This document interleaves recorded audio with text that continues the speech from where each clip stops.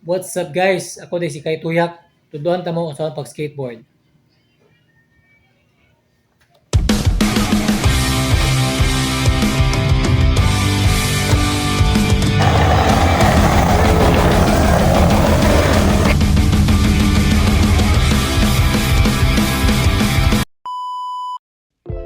Before ka mag-ride sa board, dapat sakto ang adjustment sa trucks. Di siya tight, di po siya loose. Sakto lang. Sunod, safety first. Wear helmet. Kung wala, headgear. After na guys, pwede na naka-ride sa mong board. Sa maayo, suot kag skate shoes. Kaya ang top sa skateboard, wala siya liha. Muna yung magitawag ko grip tape. Know your stance. If left foot forward, muna ang regular. If right foot forward, muna ang magitawag goofy.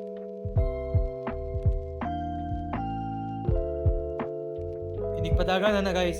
Ito rin mo si mong back foot. Hindi mo saka dahil ka.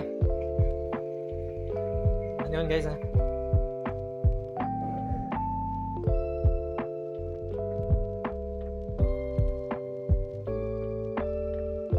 Ayaw yun gamitin mong front foot pang push sa skateboard like this.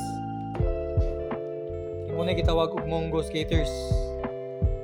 Bad habit na siya. Then ang pag-turn sa skateboard, gusto ka mo dong sa imong left side.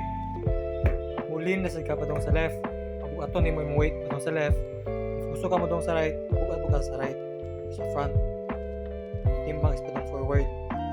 Dong siya sa right side. Para mas sharp ang turn, pwede po ka mo tic-tac or mo kick turn.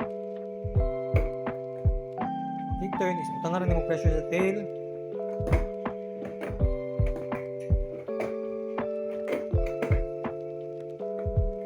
Unsa ang pag-brake sa skateboard?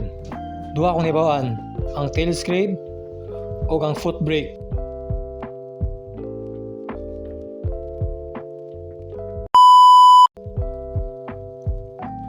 So mao na to guys.